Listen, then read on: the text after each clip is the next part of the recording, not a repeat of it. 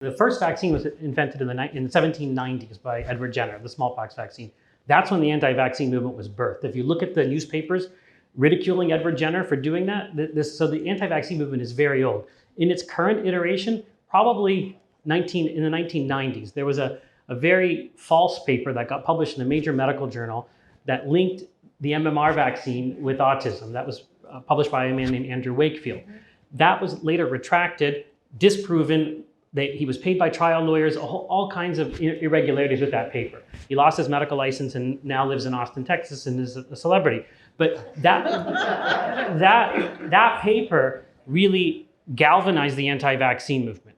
And that's when you start to see these problems. We had a major Disneyland outbreak of measles around 2014 or so. And we've seen the anti-vaccine movement. And at that time, it was a creature of the far left. It wasn't something that moved to the far right until after COVID. So you've had this baseline anti-vaccine movement, and then COVID happens, and that changes people's perceptions of everything because they're mad about the shutdowns, they're mad about schools being closed, and rightly so for some of the bad decision-making that went on. And then they get this vaccine involved in that, and it all bundles up in their minds, and now this thing catapults to become this major phenomenon that the US is now poised to lose measles elimination status. And then you have RFK Jr., who is an opportunist from the far left, who then moves to the far right and seizes this, and the anti-vaccine movement becomes so powerful. It's at its apotheosis right now. It's not.